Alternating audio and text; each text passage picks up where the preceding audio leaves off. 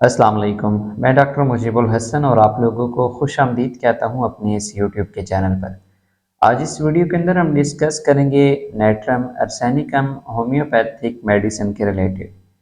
ये medicine specially सर्दियों के मौसम में काफ़ी ज़्यादा इस्तेमाल कराई जा रही होती है,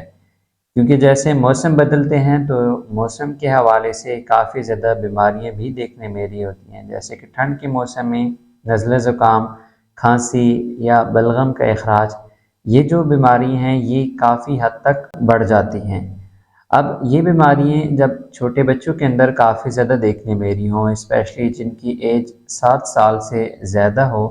और उनमें बलगम का अखराज भी काफ़ी देखने में रहा हो, उनकी बलगम का अखराज सब्ज़ रंग का हो, साथ ऐसे पेशेंट को खाने में काफ़ी ज़्यादा भूख की कमी का एहसास महसूस होता हो, या इसी तरह से जब छोटे बच्चों के अंदर ये प्रॉब्लम देखने में रही हो कि बलगम का अखराज भी पाया जा रहा हो, वो खांसते भी हों और साथ भूख की कमी भी काफ़ी ज़्यादा पाई जा रही हो, ऐसे बच्चों के लिए या इस तरह की कंडीशन में बड़ी उम्र के अफराद के लिए नेट्रम अर्सेनिकम काफ़ी ज़्यादा एक मुफीद होम्योपैथिक मेडिसिन है। इस वीडियो के अंदर हम नेट्रम अर्सेनिकम के हवाले से डिटेल के साथ डिस्कस करेंगे कि आया पेशेंट में क्या कंडीशंस पाई जा रही होंगी या पेशेंट की कौन सी सिम्टम्स को मद्देनज़र रखते हुए इस मेडिसिन को वो इस्तेमाल कर सकते हैं, या अगर आप में यह कंडीशन पाई जा रही हो तो आप इस मेडिसिन को किन सिम्टम्स की बिना पर यूज़ करेंगे। इन तमाम तर पॉइंट्स को हम डिटेल के साथ डिस्कस करेंगे। लेकिन पहले आपसे गुजारिश है कि अगर आप इस चैनल के ऊपर फर्स्ट टाइम आए हैं तो चैनल को लाजमी सब्सक्राइब कीजिएगा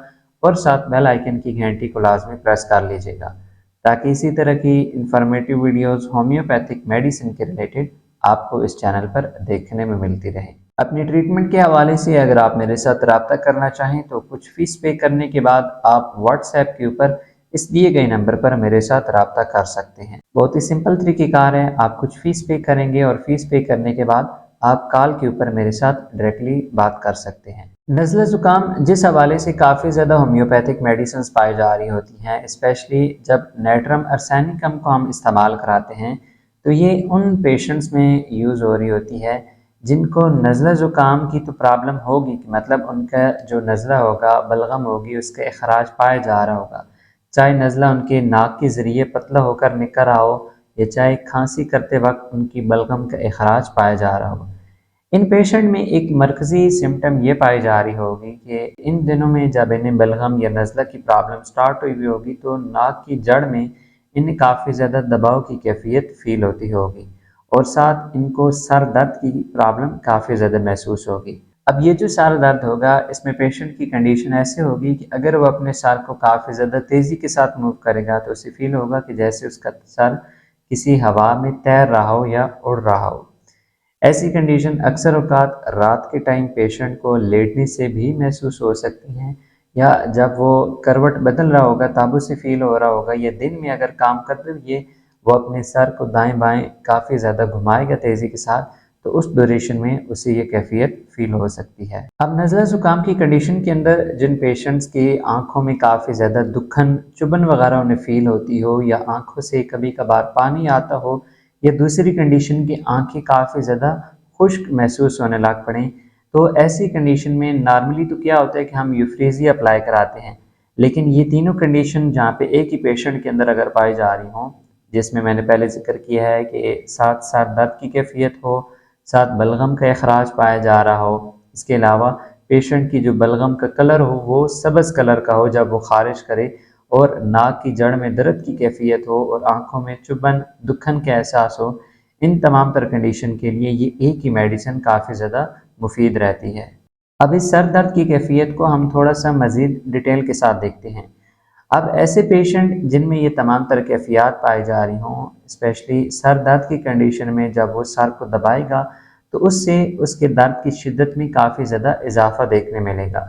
या ऐसे किसी पर्सन के पास अगर कोई और शख्स सिगरेट वगैरह पीता है या कोई धुआं वगैरह उड़ रहा होगा तो उसको इनहेल करने से इसके सर के दर्द में मज़ीद इजाफा देखने मिलेगा। कभी कभार इन पेशेंट्स के साथ ऐसा भी होगा कि अगर कोई शख्स सिगरेट वगैरह या कोई धुआं नहीं भी पाया जा रहा हो पास, तो इन पेशेंट्स को सांस लेते हुए ऐसे फील होगा कि जैसे ये धुएं को अंदर खींच रहे हों। लेकिन ये कैफियत तब स्टार्ट होगी जब इनको बहुत ही शदीद किस्म की खांसी छिड़ी हुई होगी। ये जो खांसी भी इनकी होगी ये दौरानुमा होगी। पहले तो काफ़ी ज़्यादा खुश्क खांसी स्टार्ट होगी, फिर उस खुश्क खांसी के दौरान इनको फील होगा कि जैसे कोई बलगम का लोथड़ा इनके हलक में आ रहा हो, और उसी वजह से जब ये बलगम को बाहर खारिज कर पाएंगे और थोड़ी देर बाद सांस लेंगे तो इन्हें फील होगा कि जैसे धुआं अंदर जा रहा हो।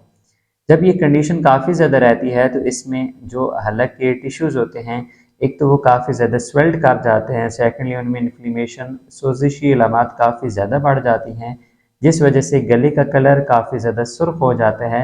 Most of the time patients में ये भी देखने मिलता है कि उनके गले का कलर ऐसा हो जाता है जैसे बैंगन होता है, जो ना तो ब्लू शेडो में होता है ना पर्पल में होता है, बल्कि एक मिक्सअप कलर जो होता है। इस तरह की कंडीशन भी गले की बन सकती है, लेकिन ये बहुत कम केसेस के अंदर पाया जा रहा होता है। अगर शिद्दत वाली खांसी के बायस इन अफराद को अपने दिल वाली जगह पे काफ़ी ज़्यादा घुटन का एहसास फील हो या सांस लेने में थोड़ा बहुत इशू फील हो रहा हो, तो ये मेडिसिन तो काम करेगी ही, साथ इसके आप ब्लाटा ओरिएंटलिस मेडिसिन को भी फिर इस्तेमाल कर सकते हैं, ताकि सांस लेने में जो थोड़ा बहुत इशू आपको फील हो रहा हो वो उस मेडिसिन से काफ़ी हद तक तेज़ी के साथ रिकवर हो जाता है। फिजिकली कंडीशन के हवाले से थोड़ा सा डिस्कस करते हैं। अब जब मोस्टली ये पेशेंट सुबह के टाइम जागेंगे,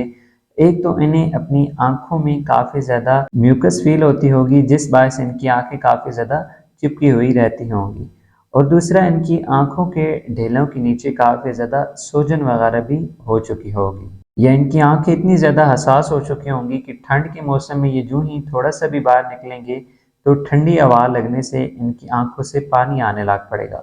अक्सर तो होता है कि जब कोई शख्स बाइक चला रहा होता है और उसमें ठंडी हवा आंखों में लगने की वजह से पानी आ रहा होता है, लेकिन अगर यही कंडीशन बहुत ज़्यादा पाई जा रही हो और साथ आपको म्यूकस का इशू भी रहता हो कि गले में अक्सर औकात बलगम वगैरह गिरती रहती हो, ऐसी सिम्टम्स के लिए भी आप नेट्रम अर्सेनिकम होम्योपैथिक मेडिसिन को यूज़ कर सकते हैं। अब ये जो कुछ कंडीशंस मैंने आपके साथ शेयर किए हैं, इन पेशेंट्स में अगर दर्द की कैफियत भी पाई जा रही हो तो ये मेडिसिन वहाँ पे भी अपना साथ काम कर रही होगी। जैसी कंडीशन बुखार के अंदर, फ्लू के अंदर पेशेंट में डेवलप होती हैं, उन तमाम तर कंडीशन के लिए ये मेडिसिन काफ़ी ज़्यादा सूटेबल रह रही होती है। अब हम डिस्कस करते हैं कि इस मेडिसिन को आप इस्तेमाल कैसे करेंगे। अगर आप में ये कंडीशन पाई जा रही हो, जितनी भी सिम्टम्स मैंने शेयर किए हैं, तो बिला झिझक आप इस मेडिसिन को इस्तेमाल कीजिएगा। नाइट्रम अर्सेनिकम को 30 या 200 पोटेंसी के अंदर आप यूज़ कीजिएगा। 30 पोटेंसी में इस मेडिसिन को इस्तेमाल करने का तरीक़ेकार होगा कि 1 कप पानी में आपने 5 ड्रॉप डालकर खाने से पहले 3 टाइम लेने होंगे, सुबह दोपहर शाम, नाश्ते से पहले, दिन खाने से पहले और रात के खाने से पहले। अगर कंडीशन काफ़ी ज़्यादा सीवियर हो आपकी, जैसे कि बलगम का अखराज बहुत ज़्यादा पाया जा रहा हो, खांसी बहुत ज़्यादा शिद्दत वाली हो, ऐसे में आप 200 पोटेंसी के अंदर इस मेडिसिन को यूज़ करें। जस्ट 1 हफ्ता आपने मेडिसिन को यूज़ करना होगा। 200 पोटेंसी में इसके 5 ड्रॉप 1 कप पानी में डालकर सुबह शाम आप लीजिएगा। जब कंडीशन आपको बेहतर महसूस हो तो फिर इस मेडिसिन को आप मज़ीद 1 हफ्ता जस्ट 1 टाइम ही यूज़ कीजिएगा। अगर आपकी कंडीशन काफ़ी ज़्यादा सीवियर पाई जा रही हो तो फिर मेरा मशवरा होगा कि आप इस मेडिसिन को यूज़ करने से पहले अपने होम्योपैथिक डॉक्टर के साथ कंसल्ट कर लें, या आपके अपने एरिया में जो फेमस होम्योपैथिक डॉक्टर हो उनके साथ लाजमन रब्ता कर लीजिएगा,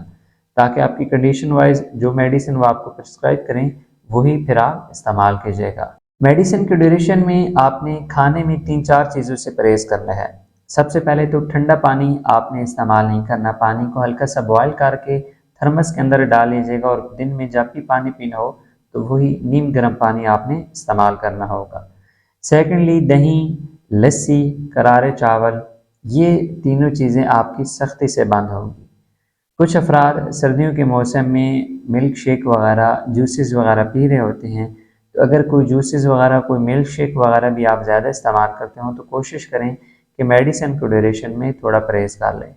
कभी कभार ये होता है कि आप मेडिसिन तो यूज़ कर रहे होते हैं, लेकिन जो आपके साथ खुराक होती है वो मेडिसिन को प्रॉपरली वर्क करने नहीं दे पा रही होती, तो इसलिए इन चीज़ों से आपने लाजमन परहेज़ करना होगा। उम्मीद है आज की वीडियो आप लोगों को पसंद आई होगी। कोई क्वेश्चन होता है इस होम्योपैथिक मेडिसिन के रिलेटेड तो आप कमेंट्स के अंदर पूछ लीजिएगा।